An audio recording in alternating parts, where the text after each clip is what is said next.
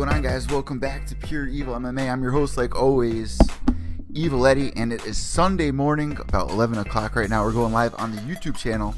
So if you're tuning in on the podcast on iTunes or podbean.com, make sure you guys go check out the YouTube channel, subscribe, and we're going to be recapping last night, or really yesterday's events, because it was over the pond, so it was in the afternoon, and it's such a shame. I mean, to start things off, I'm going to be talking about how many people really did watch yesterday's fight. It was not just one on UFC Fight Pass, but it was also earlier in the day here on the East Coast and in the United States in general. So early morning for the West Coasters over there, starting at 3 o'clock here on the East Coast, so starting at noon over in California. So it's so unfortunate because it was such a big win for Darren Till, and a lot of people weren't expecting Till to win. I mean, there were a couple people out there.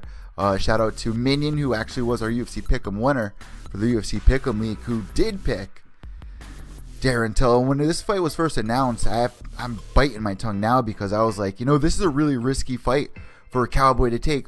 One, Darren Till isn't known to many people that, a lot of casual fans out there.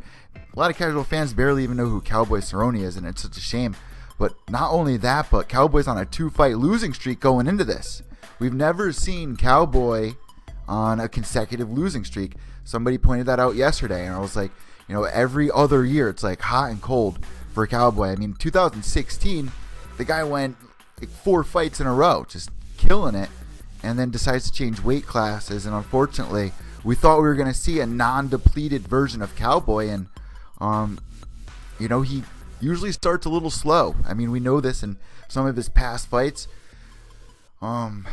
It's just a shame. One of two things. It's a shame that not many people were watching because Darren Till had an amazing performance. And let me tell you something about Darren Till. When he walked out, the confidence. I mean, you see all these fighters out there trying to act like Conor. And when I say act like Conor, I'm saying they try to talk like Conor. They don't really try to embody the confidence, not the ego. People confuse the ego and the confidence. They're not the same thing.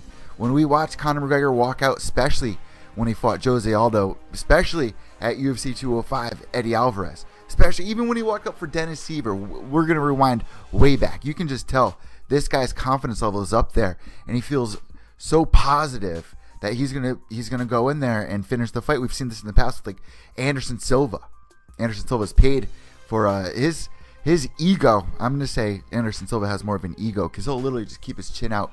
He's paid for that in the past. But, Darren Till walked out, and you can just tell that this man is probably the future of the UFC. And I might get shade for that. I might get people saying that it's bullshit, and I have to disagree with you guys. I mean, what we witnessed last night was amazing.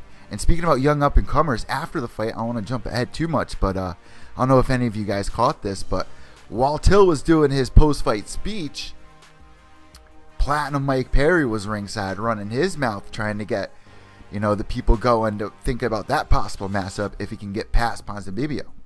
So how about that? I mean, I just love it. These future stars, it's just unraveling before our eyes, and I love that. Even watching people at like Titan FC, Victory FC, Valor fights, stuff like that, like seeing young up-and-comers come up before they're in the UFC. Now that you see them in the UFC and it's all just coming together, it's just a beautiful thing. You always wonder who's going to be the next big star. This is something that people were talking about all week. Who's going to be the next big star? I mean, 2017 it's been so slow, and I'm excited for the second half of the year. We have a lot of exciting cards that we can look forward to, like UFC 217, and as we get towards December with UFC 219. But it's been pretty slow this year, and we're going to do a recap show and highlight some of the best performances, some of the best fights that happened this year. But compared to 2016 and 2015, we were just spoiled the last couple of years, and this year we can feel the star power not really there, not really present. The biggest fight this year was Maymack. Wasn't even in the octagon. It was in boxing. That's what really is on top this year for most talked about fight. Not the best fight, most talked about fight. But honestly, guys, it's just you can just see it. You can see it when he's walking. Cowboy has been a legend of mixed martial arts for how many years? I mean, I know he's on a 3-fight losing streak, so there are people out there that are really upset about this loss, but what are you going to do? This guy, it was just his night. He had the better performance. I see a lot of you guys out there, I'm not saying you specifically, but a lot of people on social media freaking out about Cowboy, and Dana White actually tweeted something out. So let me read this. What do you guys think about this? Because you might have a different opinion about it. This was just a couple of hours ago via Dana White's Twitter page. Let's see here. And how about Conor McGregor? We're going to be talking about this in just a second here, but Conor McGregor ringside for the Artem fight. Where is this man's tweet? Here it is. I got it for you guys. All right, so Dana White responds to all these people out there that are freaking out. So Dana White says, "Shut the fuck up, you pussies." This kid, I mean, that's perfect as Dana White. That's the way Dana White starts every sentence. "Shut the fuck up, you pussies. This kid put on an unbelievable performance against a fucking legend and a badass motherfucker in Cowboy Cerrone. When fighters step in, they win or lose. Cowboy has been on both sides and showed total class as usual and is praised. And praised Darren Till." Sorry about that. "You people on social media are the biggest crying fucking pussies I have ever seen. I love Cowboy. He's fought and he's lost tonight. It happens, so shut the fuck up." 50,000 people liked it right off the bat. I mean, what do you guys think about this? Darren Till going in there making such a good highlight moment, but here's the thing, and I brought this up a second ago. It's just a shame that it was one on UFC Fight Pass and two in the afternoon. And I know that you have to go both ways. I mean, throughout the year we have it really good here on the East Coast, getting fights starting at 6, 7 o'clock or whatnot, and across the sea, especially. They want to see their boy Darren Till and a lot of the fighters over there. That it's expensive to fly a lot of people over. So if you have a fight in that area, you get all the local fighters to come out. I mean, you got to do it for them. Certain times of the year. I totally understand that. It's only fair, but at the same time, when there's a performance like this, you just wish that more people were tuning in to watch it. I mean, going back, look at the Mark Hunt versus Bigfoot fight. People weren't watching it because it was down in I think it was in Australia. Not many people were tuning in to watch that fight. And it was on UFC Fight Pass yesterday. How many people are actually subscribed to UFC Fight Pass? That's the other thing. So we got to wonder, and I don't want to jump the gun, but what's next for Darren Till? We can only hope that they put him on a main event for an FS1 card.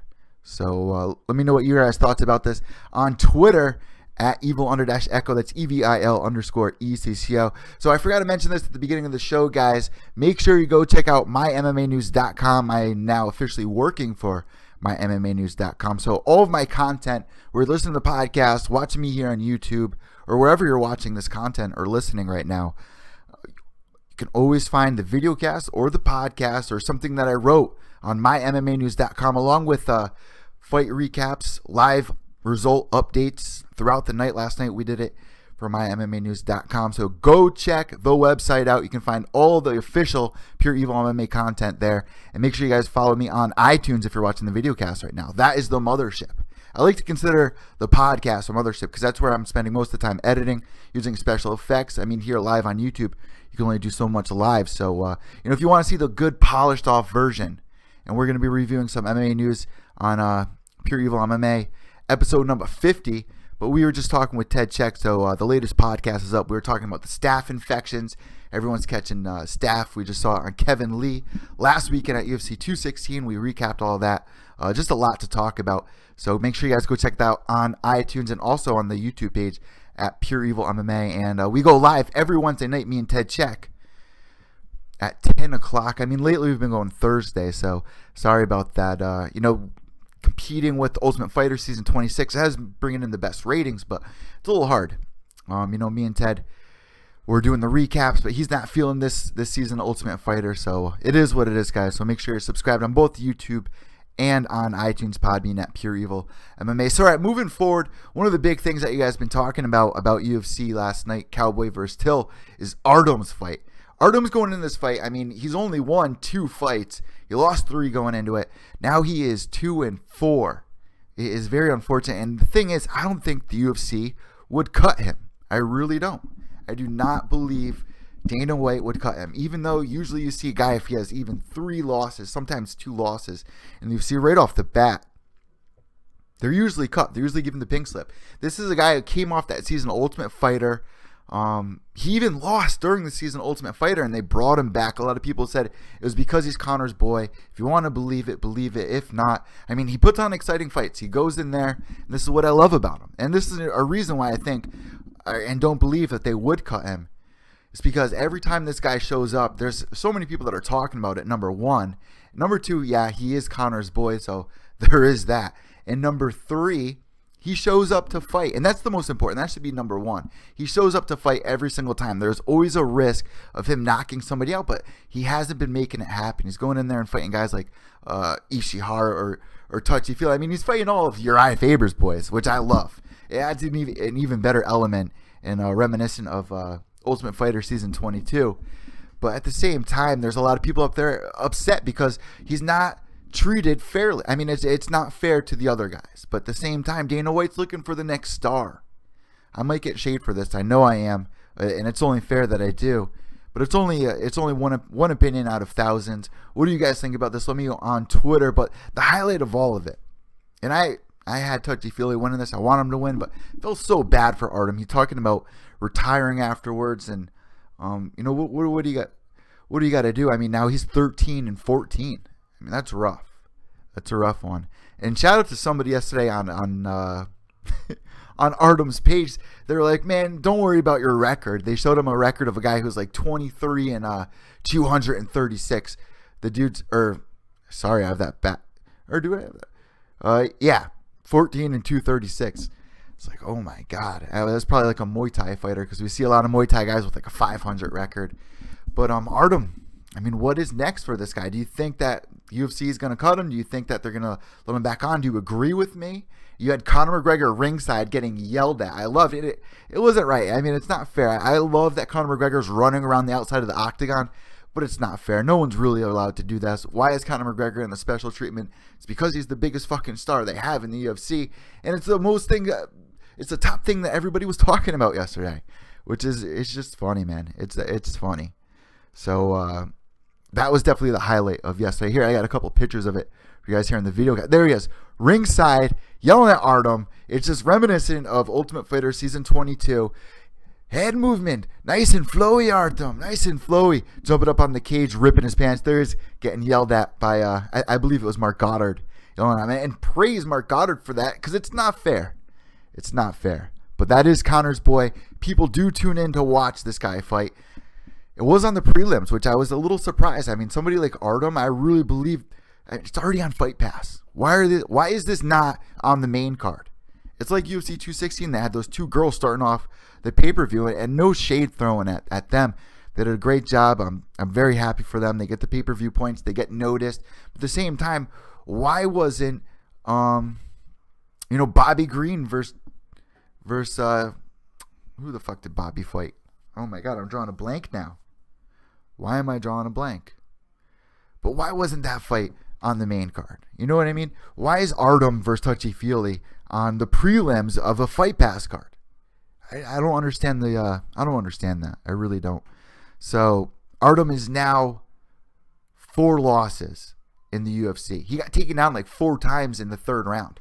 We got Horse Racing Digest checking in, and thank you so much, Lando. It was Bobby Green versus Lando that it really should have been on the main card. I don't understand why they do stuff like this.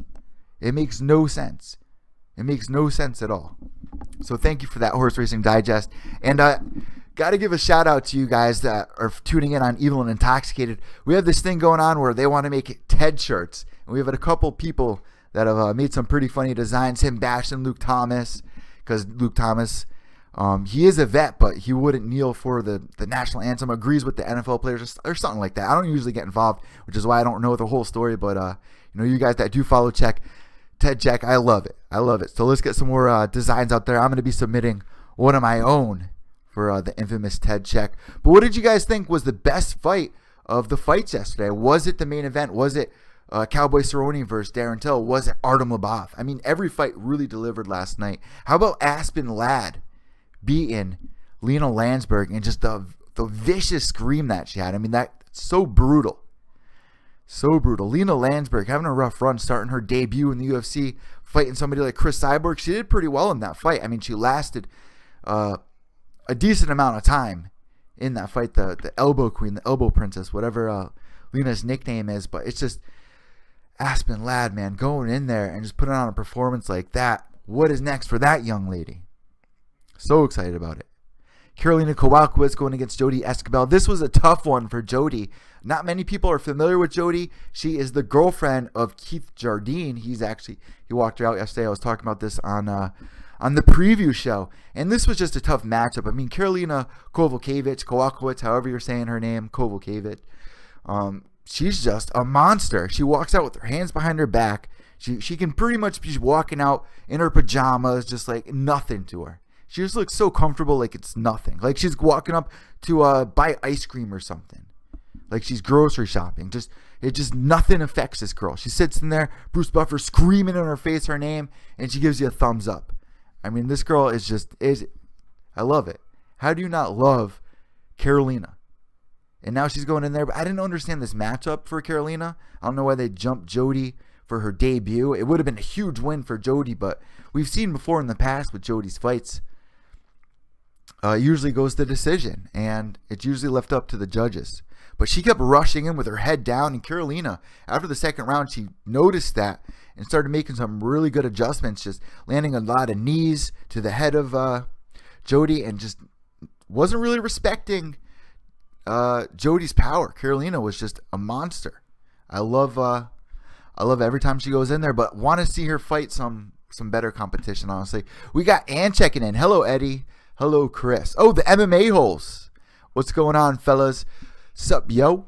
Going on in the live chat. Thank you guys for tuning in. What did you rate this card, guys? I mean, out of 5 stars, you got to ask yourself, it was free for the most part. I mean, it wasn't a pay-per-view. You have to watch that on UFC Fight Pass. It was also in the afternoon. So when I find that happening, I usually can't get myself excited enough. It's not like later in the afternoon. I'm looking forward to it. It's like you wake up, you start your day, you sit down, and there's MMA news on, and it just feels like you're missing the day, sort of. But, people across the seas, like I said, it's only fair for them. Throughout the year, we get a lot of good time on the East Coast, even the West Coast, starting at like 6, 7 o'clock. But when you're watching fights in the afternoon, it's hard to like kick into gear. I find that hard, especially,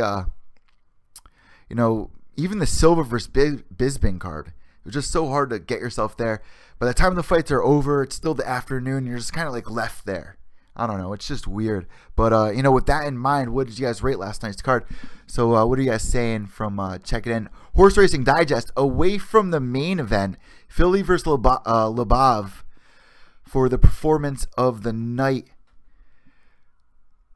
And Nasrat Haqparast was the highlight of last night for me. There were a lot of great performances last night. I think Aspen Ladd versus Lena Landsberg really stuck out for me. Unfortunately, Sam Alvey, I was really expecting more out of him. He had a tough weight cut, man. 34 pounds like a couple days out before the fight. I mean, you're just seeing a depleted version of Sam Alvey. It's just unfortunate. Another guy who'll get the ball rolling. He'll have a great year, and then he'll lose one and it just sucks because I always look forward to his post-fight speeches. A lot of you guys hate it. MMA Holes ranking in. I thought the card was a dope Fight Pass card. I agree, man. Totally agree. It's another gem, another hidden gem here in 2017. And checking in. Cowboy, nothing but total respect. We know that Ann's a huge Cowboy fan. And I got to say, nothing but respect for Cowboy. But it was just so crazy leading up to this fight when you got somebody like Darren Till saying that his Muay Thai is mediocre. I was just like, oh my God, how could you say that? But you know what? My lips are sealed now. I'm definitely on this, on the Darren Till train. How can you not be? I mean, the last couple of fights of his, have gone to decision. He does have a finish in his last 4 fights. And now with last night's performance, stopping somebody like Cowboy Cerrone, hats off to Darren Till, man. Hats off to that guy. Absolutely love it.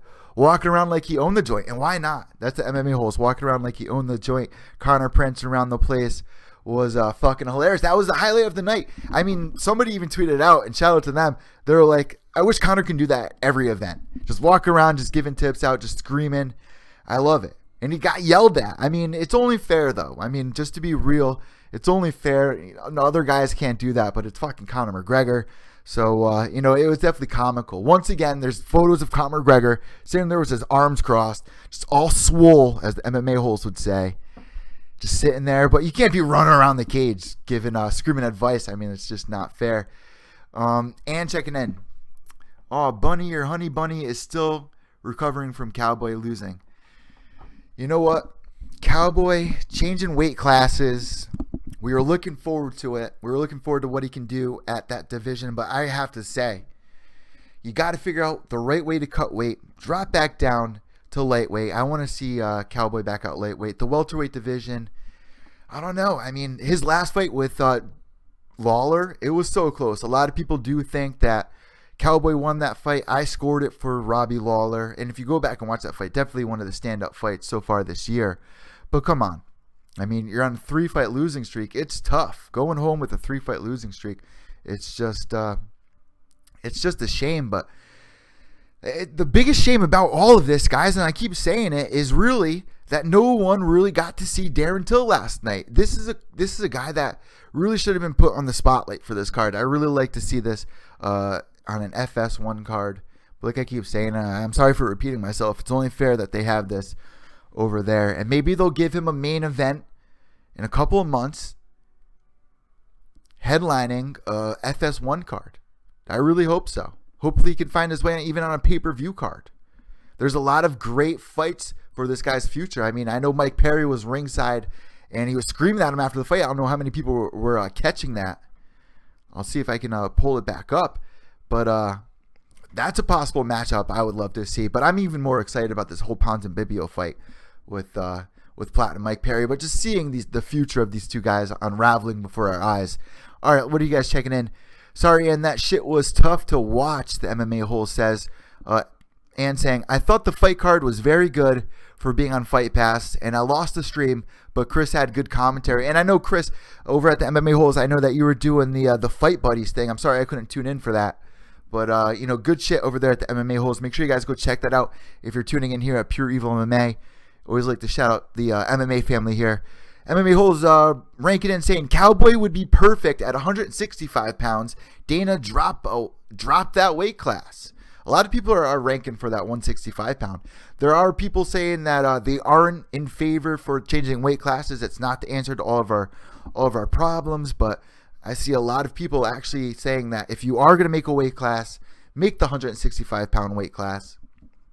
And ranking in, I am getting all sorts of shit from social media because Cowboy lost. And don't sweat it. Don't sweat it. I mean, you're going to see that on social media. When you sign up for a platform like Twitter, like Facebook, even Instagram, whatever you're on, I mean, you got to expect there's going to be backlash. There's going to be trolls out there. There's going to be people saying, running their mouth on their high horse. Let them have their fun. Let them have their fun. Don't get bothered by it. It just wasn't Cowboy's night. Shout out to Darren Till. I mean, I wanted Cowboy to win, trust me.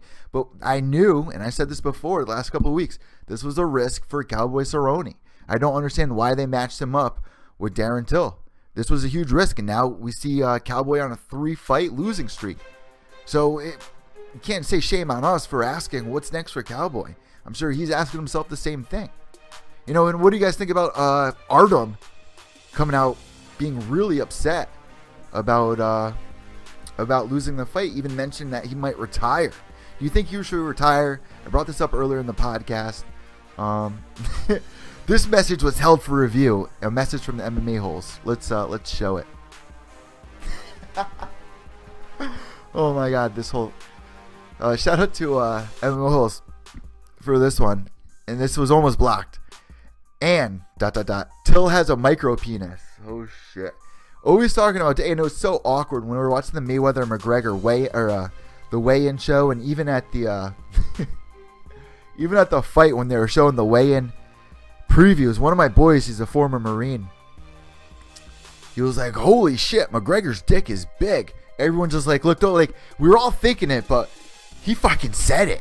Oh my God, who fucking does that? But it's right there, zooming on it, so you can't help but look at it. I mean, no homo, but it's just funny. And now a lot of people are freaking out that Conor McGregor backstage was trying to cheer Artem up, and he said some words to words to Artem about touchy-feely, calling him, the F word. And the F word when I was a kid was not this F word, but, the F word, calling him, and it's used a lot in the fight game. I mean, it's not meant to be like, it's more supposed to be like you're a girly boy. I mean, don't worry about that girly boy. I don't think he meant what a lot of people think he meant, but I asked my brother, because my brother swings for that side of the team. I'm actually going to be the best man at his wedding, and I do support gay marriage. I mean, if you love, here's my look on the whole gay thing. If you love somebody and it's not the same, it's the same gender as you, love that person. Make them feel good about themselves.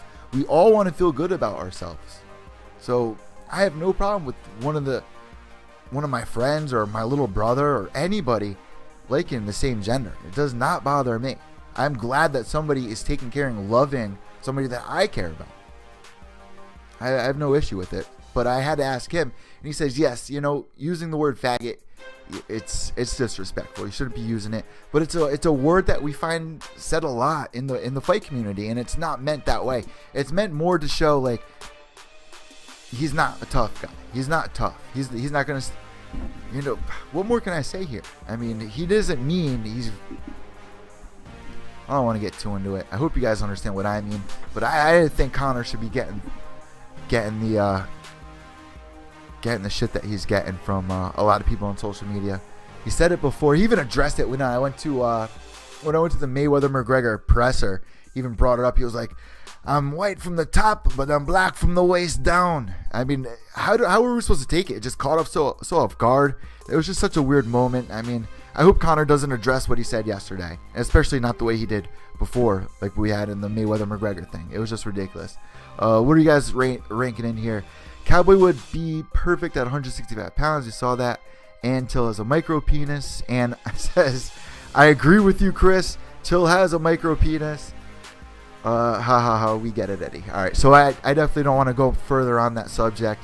I mean, if it bothers you, I understand. If it doesn't bother you and you understand what Conor was saying, so be it. But you should watch what you are saying, especially when the cameras on are around you. A word of advice to Conor McGregor, take it or leave it. But guys, let's rank this card. I asked you a second ago. I'm going to rank this 4 out of 5. Another 4 out of 5. I ranked UFC 216 4 out of 5. Maybe more of a 3.5 out of 5. But every fight delivered on this card. Every single fight looked down the line, delivered on this card. So it was a success. Definitely a success over there for those guys over there in Poland. So giving it 3.5 out of 5.